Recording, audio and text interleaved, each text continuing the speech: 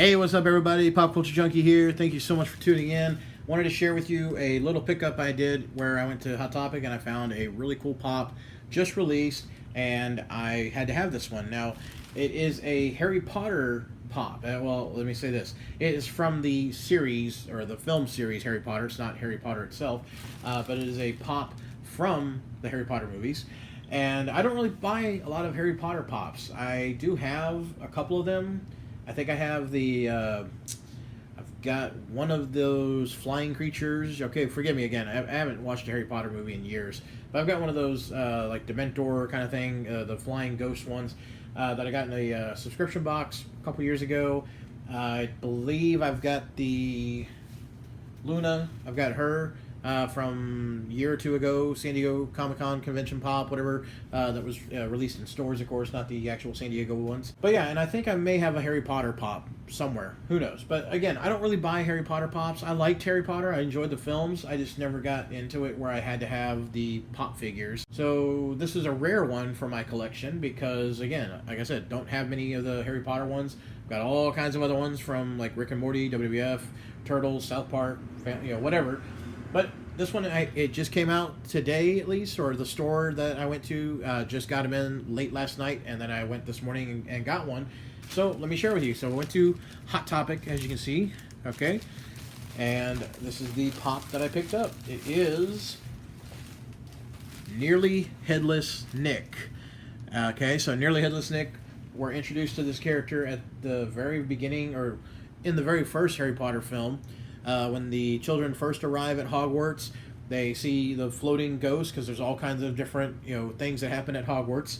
But there's ghosts that fly around in like the cafeteria area there, where they all meet and have their dinners and lunches and breakfasts, whatever. And Hermione sees this character floating around above them, and you hear him say, "Oh, hello, this is Nearly Headless Nick," and she's like, "Nearly headless? How can he be nearly headless?" And it's because he pulls his head to the side. You can see he's practically decapitated, and just a little bit of his neck is still attached to the head. So he's Nearly Headless Nick. And that was one of my favorite characters that we got introduced in the first movie. He makes appearances throughout other ones, and I think even, I don't know, does he die in one of the films? I just remember whenever they're having, heck, Hogwarts gets attacked every movie. They've got like the worst security period with all these, wizards and sorcerers, and you would think they'd have a better security thing. But anyways, at one point, isn't Headless Nick, he's just floating, and he looks like he's literally been killed. He's just there. I don't know, but I don't know if he came back alive or if he actually was killed off. I don't remember that. Have to watch the whole series again. But yeah, it looks really awesome. It's not exactly clear, but it's looks like a ghost because of the color, as you can see there. Okay, let me go and take it out of the box so you can get a better look at it. I haven't taken it out yet, but here's on the back. They just released a new series of Harry Potter pops, okay? They just keep coming out with them. And I don't remember the movie that this is from, but I do remember when they were pulling the little screaming, like, roots or whatever out of the pots in the greenhouse. So they have Harry and Ron and Hermione all pulling those out.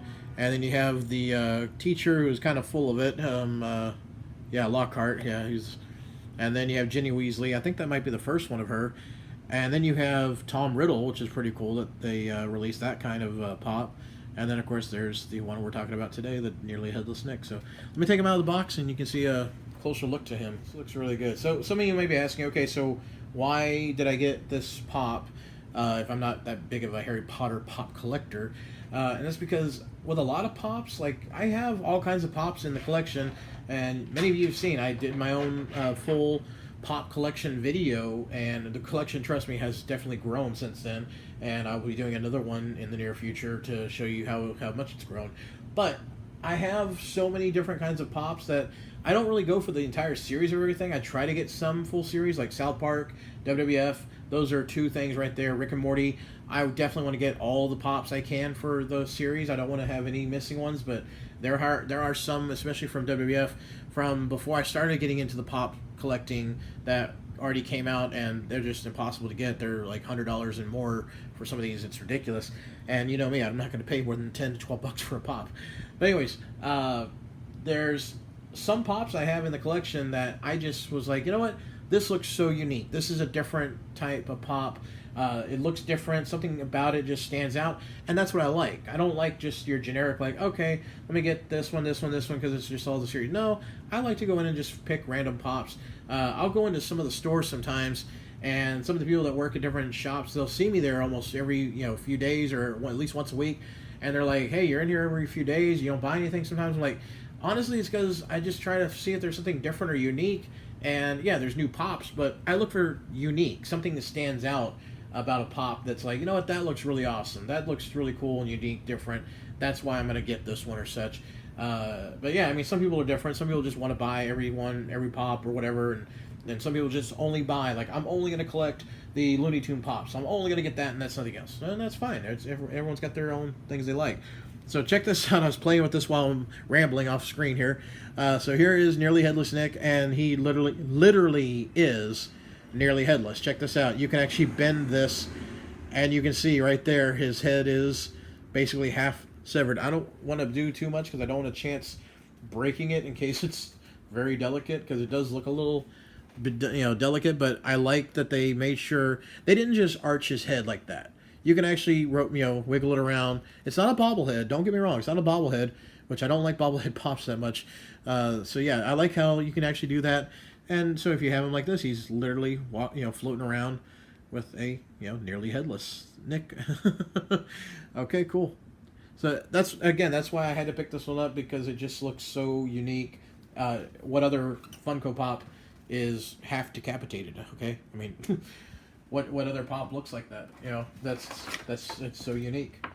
So yeah, just wanted to share with everyone out there the new Harry Potter Nearly Headless Nick pop that just came out.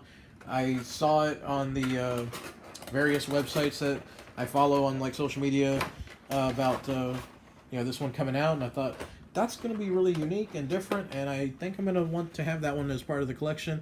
And now that I got to see it up close and actually hold one in my hand, it's awesome. I love it.